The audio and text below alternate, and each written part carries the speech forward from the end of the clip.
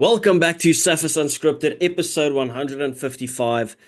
We are recording this one on Zoom. We literally just wanted to record on StreamYard, but our storage ran out and we don't have the paid version anymore. So we said we're going to switch over. We'll try and figure it out as we go along. But anyway, boys, welcome back. I think it's episode 155. Brewan, Brett, how are you doing? Very good. Very good. Massive storm about to approach. Happy and disappointed with the Springbok performance. So, yeah, it's been a weird weekend. Yeah? Brewan? Yeah, I mean, same. Like me and Brett don't stay too far apart. Storm are on the rise as usual on a Sunday afternoon in Joburg in summer. And yeah, obviously, rugby-wise, I think a bit of a stinker of a weekend. No, well, even though we won, yeah, Brewan, just not the greatest performance in my opinion. Brevan, even though there's a storm coming your way, at least you had your round of golf in, your weekly round of Sunday golf. You got that in before it eats, and you look like you got a bit of a tan, a little bit of sunburn on the face. Yeah, I mean, first one in a while, but yeah, no, the sun definitely got me this time. So Yeah. Anyway, just to clarify, all people, good. we are recording this directly after the the Scotland and Wallabies game. So we haven't watched the England-Japan game. Okay, so we're not going to chat about that. But anyway, let's start off with our boys, right? Because we have to kind of run through this episode because a couple of us have things to do after this. So let's start off with the Springbok performance. Started off very well, came out of the blocks flying. I thought it was great. But then once again, we just get like these patches in games where we forget how to play rugby. We knock everything. For instance, Jaden Henriksen once again, 2 or 3 times knocking the ball behind the ruck. Very frustrating. Balls being dropped everywhere. But overall, obviously, we'll take the victory. I more look at it as a 2024 thing where we had a good year. We had a good year of rugby. I'm not going to look into this game too much. We didn't expect anything other than what we really saw. So, yeah. Brett, what was your take on the game itself, like the whole game? I like the way we started. I felt that attacking game plan was very cool, and I said to myself that around the fringes, the Welsh aren't good. I hope we attack right next to the rucks. They always leave that one man over, hoping for a pick and drive so they can shut down and go for the steal. Where Franco Moster's try was exactly what they exploited, and I'm so glad. Obviously, Rassi would see it, and the analysts would see it if an average Joe like myself predicted it would happen. So the Welsh slipped up on that one, and Evans' try as well, same thing. Also liked how Jordan Hendriksen started, but about from minute 30, he fell off a bit. He was good for 30 minutes, and then I thought he was pretty average. But yeah, I'm happy with the game. But Brett, I'm not happy of how we ended.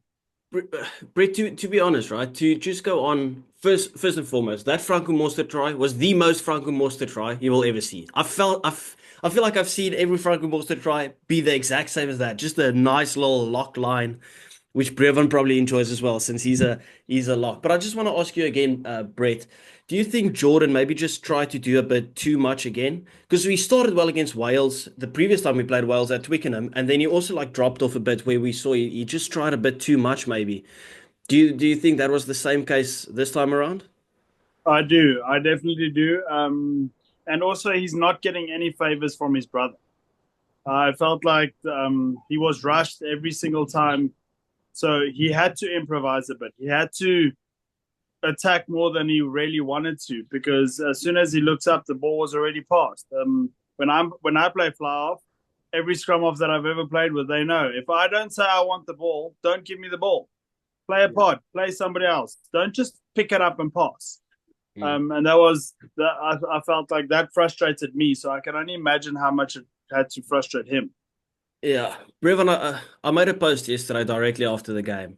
Casual drunk reviews, as per usual, right? But I saw a lot of people in the comment section just talking about Like, obviously, they're happy with the victory, but it felt very underwhelming. Like, there was a couple of expectations on some boys. Like, obviously, expectations on Franco Moser, he pitched up, right? But if you look at the likes of a Cameron Hanekom, really struggled. We looked forward to that partnership between the two brothers, where it felt like the chemistry wasn't even really there, right? It looked like Mm. they struggled a bit with that.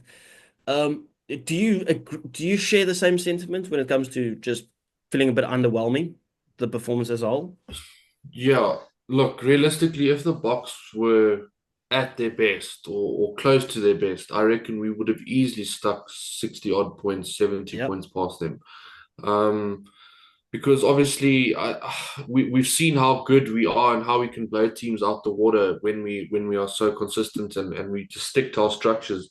But like Brett was saying, Jordan, great starts and just kind of overthinks it. Like you're doing perfectly fine. You were taking the ball up to the line nicely. You were playing the pass at the right time. So you don't need to do anything extra, like you're doing such a good job in the first 30. Just keep doing what you're doing. And Mm. then obviously it's actually crazy. Like I completely agree. Obviously, as a Bulls fan, I think Hanekom did not come off the bench very well, just didn't look at his best. That was what But we I were just afraid think of, right? You mentioned that. yeah. But the thing is, I think it's the worst game, and people can either see this the way I'm seeing it or completely just say I'm being delusional. I think it's the worst game in rugby, and not necessarily Wales, but where you perform against a team where the whole team, is a bit more laid back. There's no urgency in the side. So you're coming onto a field where everything feels comfortable, if that makes sense. And Yeah. yeah, it's like it's one of those things where you just comes on, you're comfortable and you don't perform to the best of your I ability. mean, But ultimately, that's on Hanekom. You've got to take your opportunities at this level. And yeah, as to answer your question, I think the Boks were underwhelming to their standards. Brilliant, but Yeah, underwhelming to to be their honest, standards. right? Yeah. If you look at the bench that came on, there was no one really that came off the bench and really set the world alight, right? Like I wasn't impressed Mm. by Marco van Staden when he came on. I wasn't impressed by Cameron Hanekom when he came on. I mean, our forwards back just did what our forwards always do. Andre Pollard was okay at 12. But I thought Damian De Linde was brilliant. Yesterday, that guy was on fire, and Curtly Arendse had his best game in a box Yeah. jersey that I've ever. How he didn't get man of the match, I don't know. I just don't know. Um, but yeah, overall, enough with the negativity of yesterday. As South Africans, we are extremely proud of this team, right? We said we wanted to get a 100% winning record this year, but obviously taking going on from the World Cup, we've won the Rugby Championship, we've beat the All Blacks, we've beat the strong teams, we've gone undefeated in the Autumn Nations. Yes, it wasn't the toughest run necessarily, but we've done it. You can only play what's in front of you, and we've done it. We've given players opportunity, 52 boys, and I think Rusty has, if I'm not mistaken, I think Rusty has come out and said, listen, he's not gonna do that come next year. He just wanted to give a couple of boys opportunities, see what he wants to do for next year, and from next year he'll probably build towards the World Cup. So things are looking up for us. Does anyone want to add anything when it comes to South Africa versus Wales? Or No, I'm all No, good. I'm good. I'm good. okay, let's go on. Yesterday, Ireland versus Fiji, 52 points to not yesterday, today actually. No, yesterday. 52 points Yesterday. to seven, Yeah. 52 points to 17.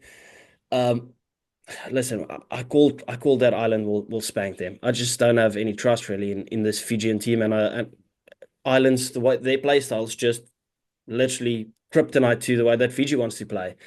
Uh, did any of you guys manage to watch the whole game? Any thoughts on it? Yeah. No. I watched I didn't watch the whole game in depth, but obviously my theory going into the game was, and watching the bits that I did, my theory was just ultimately Fiji absolutely struggle against a well-structured team, which Ireland is. We know that Andy Farrell loves his structures, and Fiji just they have no pattern to their rugby. And like I said, they do rely a lot on individual brilliance a lot of the times in games.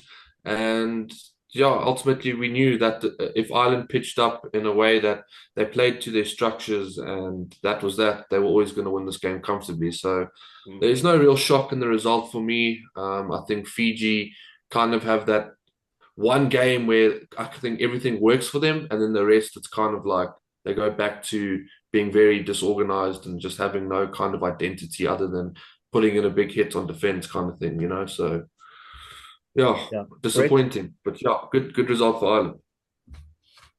So I don't know if you guys saw when Prendergast got his yellow card and he sat on the bench and he gave that little sneaky smile as if he knew that he plays for Ireland, so he's not going to be that won't be upgraded to a red card. Where that 100%, if we're going on consistency throughout the year, that is a straight red card. And I'm getting sick and tired of every single week having to talk about the inconsistency, about the bloody headshots. That is a straight red card, shouldn't even been sent to the bunker. And the fact that he sat on the bench and gave that little smirk like I know I'm going to get away with this kind of look just says everything we need to know about World Rugby at this point. And it's getting bloody ridiculous because that for me, I was so annoyed with the rest of the game. He had a good game. I'm not going to take that away from him. But that was just absolutely appalling. Brett, listen, Holly Davidson and her support staff, all the refs, that all of them had shockers in that game. I thought there was so much bias towards Ireland. It was absolutely great. It didn't change the result at all. I think this was a great victory for Ireland, getting in some youngsters. That McCarthy that played hooker, wow, he was great. Prendergast, very good as well. If you reverse that, if that was a 140 kilograms Fijian that love tapped him with the shoulder on that 70 kilogram Prendergast, straight red. Straight red. Right? All day long. He tucks his arm, bumps shoulder on the jaw. Just because they say it's not high impact, right? It's intent. Right? That is just dirty. Straight out dirty. 100%. Yeah, no, 100%. Like looking at the seat, like the scene of the play and just how it all played out and looking at context, right? You can see in your eyes, well, you can see it in Pendergast's eyes, like he did not do that on by accident. That was completely intentional. And yeah, like you said, it's the intent, right? There was no need to put that in, and even if you do put that in, you could have gone way lower than that, like way lower. So yeah, I'm in agreement. I think that's very, very, very lucky to get away with that. And the smirk on the bench proved that he had intent. That was, I did what I set out to do, and I know I played for the right team, so nothing's gonna happen to me. Like, oh my goodness, if that let's just think about this for a second. If that was a South African, even if it was a guy his similar size, a Willie Leroux or something, that did that, oh my word, 5-week ban. Instantly. It's very dirty. It is very, very dirty. But not even that, right? Bundiaki's try. Now, I'm not sure what the exact rule is on this, right? But Holly Davidson gets bulldozed by a Fijian that stops playing so you can check is she okay. The Irish take that exact gap, run through the gap, and score from that, right? As far as I know, if you pass the ball into the ref, it'll just reset the game scrum, right? I'm not even sure. Right. That influenced the play. They literally took the gap of the tackle. She stopped that tackle of being made. And then it's like, we'll just award the try. How does it didn't affect the game, right? But you're just like, how does that even make sense? How is that even right? What is the rule around this? Yeah, I agree. No, it's you're right. Ball or tackler. If the ref is taken out and he or she is visually impaired from what's to come, stop it right there because he can't or she can't make a call. Yeah. Literally, she couldn't make a call, and then all of a sudden it's awarded. That's absurd. Yeah. Everything about that game just put me off. It was horrendous. Yeah, but that's what I'm saying. It more felt like I thought she was okay, but I thought the support staff around the TMOs shocking because they have it in slow motion. They checked it and they were like, no, nothing wrong. Oh my goodness, it was embarrassing. I was looking around on Twitter, and it's bad. People did not like it at all. But let's not take anything away from the victory. X, whatever. We'll give it to them. Let's go New Zealand, Italy. Closer than expected. Closer than the previous time they met. 94, Yeah. 97 points or whatever it was. Not again. Italy stayed in the game a long time. Do you think this, Brevin, do you believe the scoreline flatters New Zealand a bit? I don't think it flatters them per se. I just think Italy played some rugby that could be called competitive, if you want to put it that way. And I think New Zealand just weren't up to their best standards that they think that they have, I'm sure. Yeah, ultimately, if I'm a New Zealand fan, you kind of look at that result, and yes, whilst you won by 18 points, you kind of think we should be winning this a lot more comfortably, especially if like an Argentina B side essentially is winning that game by 50, or shall I say they scored 50 rather than by 50. And yeah, Argentinians absolutely stormed that game with the weaker side. So you kind of you see obviously great way to end the tour. Sam Cane, TJ Perenara, obviously no longer All Blacks. They obviously can't be now selected due to policies of selection policies. But yeah, it's kind of like the Springbok Welsh game. Obviously, whilst we won more convincingly, I just feel like All Blacks knew it was kind of in the bag and just did not take their foot, or took their foot off the gas essentially and left it like that. Well, do you think a lot of it boils down to Italy just being better because they feel like they had to prove something after the previous time that they met? Because I think Italy were really good in this game. I think like Menoncello and Bricks, and they had some good games, and obviously there are some talented players in that Italian side, and if all of them are working on the same day, you kind of get an Italian side that can offer something, that can give a good game of rugby. So that's not taking anything away from the Italians. It's just we know if you're looking at both sides, with like just based on paper, etc., you kind of do expect the All Blacks to win that game a bit more convincingly than what they did. So yeah. Right? I think I saw that game completely opposite way than you guys are seeing it. I thought New Zealand was good. They did everything right. I just felt like in the last 20 years of me watching rugby, that is the best performance I've seen from an Italian side. Yeah. Like they were clinical. They were cut. Like the defense was hard. I mean, I saw tackles that you normally see Italians fall off of, and they put in big hits. I felt like the scrums were good, the lineouts were good. If what's the fullback's name, Carpuccio, whatever. Capuozzo, If he had a better first half, that score would have been a whole lot closer. I felt like if this Italian performance can go into Six Nations next year, I'm seeing a top three berths for them. Honestly, like not even being far fetched here. That for me was very good, and New Zealand wasn't bad. New Zealand did nothing wrong. No, That's how I fully agree with you. That's what I'm saying. It felt like Italy went out to try and prove a point. That's the vibe that I got from it. The top three Six Nations, we would love to see it, right? But now it's a thing of can they put it together for weekends on weekends in a row, right? Can they have that consistency of doing this week in, week out, getting that dog out to actually come and play? If they can do it, then yeah, I wouldn't be opposed to it, right? Because they already beat Scotland, right? So they know they can do that, which is their confidence booster. They know Wales are shocking.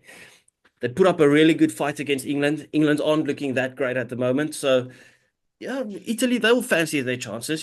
They even drew against France, right? So, not bad at all. But yeah, Yeah, look, obviously, ultimately, I think I'm not trying to disrespect the Italian side at all. It's just like you do kind of think, will they be able to put that together again? And I think that's the most important thing is just being consistent and being able to just put together a run of performances, even if it's like you're not winning per se, because obviously eventually quality will beat quality. But if you're putting in a bunch of performances that has one, hard work, two, passion, and three, just manning up to the situation in front of you, as well as following a game plan that your coach has given you, then the only way is up. And yeah, like Brett said, obviously a lot more just intent in that game from the Italians. Like didn't like fall off of tackles, kind of have that attitude. And when you find that when your teammates are starting to put in those hits, it kind of makes you want to put in those hits as well. So Yeah. it takes someone to light the fire, and I think someone definitely did that in the Italian side. And if someone can consistently put their hand up to do that, I mean, we've seen how competitive they can be. Yep. So yeah, I'm all for an Italian little surge in the Six Nations. Yeah. Listen, in the end, right? I just want to give some credit to the All Blacks as well. They came into this Autumn Nations with people really kind of being in their neck with their performances, how they've dropped off, or people talking about them versus how they were in 2011 and 15 compared to now, right?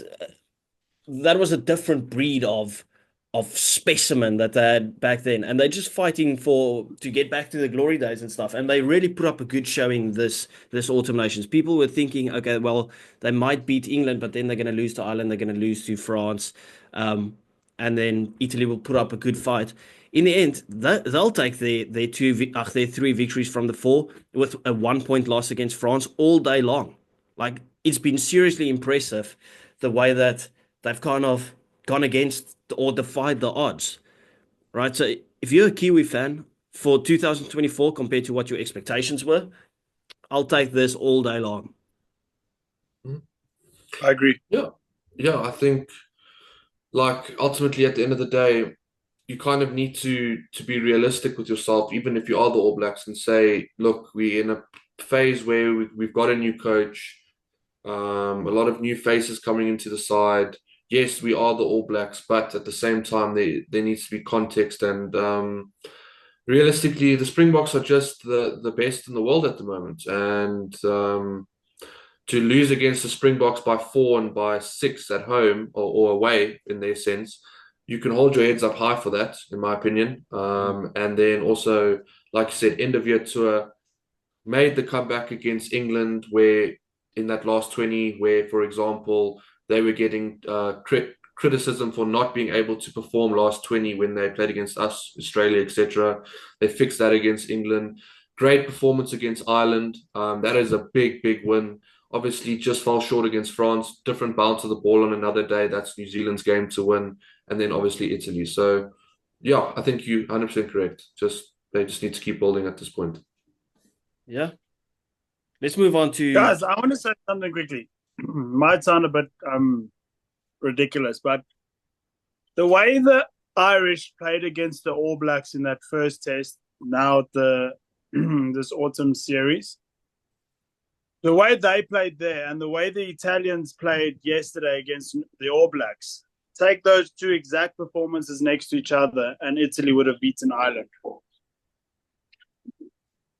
yeah. Can you attribute some of that performance of Ireland to them being caught cold? Remember, these guys are now 3 games in. Italy got smashed by Argentina in their first game, right? So if you Yeah, have to that's kind what of I'm saying. No, exactly. That's what I'm saying. That first game and this last game, those two together. If Italy can do that, and a team like Ireland or a team like England in the Six Nations has a performance like that, which happens to every single team in the world, yeah. we could be in for a big show in the Six Nations. I might actually watch a few games there. Oh, Brett, don't lie. You'll watch it anyway because you're a rugby lover, and rugby wins. There you go. I think it's essentially, I think, like literally like what Brett's trying to say is, is there's no longer this kind of thing where like, well, as if Italy can keep up what they are doing, especially in that last game, you kind of start to think as an opposition, we can't actually take our foot off the gas here. We can't get comfortable. And it takes a few games to learn that against these oppositions that are on the rise, for example. So, like Brett's trying to say, if Ireland or England, for example, pitch up against Italy with this mindset of we can do this in cruise control, it could be a bad day for them, because if Italy are putting in performances like that against New Zealand, imagine what they can do against a team that they constantly play against, if that makes sense. So, yeah, will be interesting. Let's move on to the game that we just watched. Scotland versus the Wallabies. comfortable victory for Scotland in the end. I thought this game will have a bit more in it. I expected a bit more than what it gave us. It obviously livened up in the final 25 to 30 minutes, I guess, but the Wallabies just didn't really pitch up. I thought it was a good performance by Scotland. But this is probably part of the Wallaby progress, right? You win a couple of games, you dip again. You need this dip to kind of say, okay, listen, we can't stay at the top of the world. We're gonna lose the game again. So maybe it's a good thing for them to lose this game. But yeah, obviously it wasn't a great performance. And Scotland, clinical, right? In that second half. Some beautiful rugby. And all of a sudden, they are serious dark horses for the Six Nations as well. If you look at the way that they played. Brett? Scotland. Yeah, I agree and I also disagree because if you look how they played against South Africa, they were absolutely atrocious. Like, I mean, South Africa was poor and was a comfortable win. And then now they play against the Wallabies and everything just looked so good. Like, I didn't see Hugh Jones pass the ball into touch once today like he did against South Africa.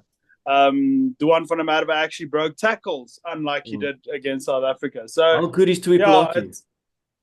Yeah. No, it was my but Xander Ferguson, what a guy. Yo, he played well.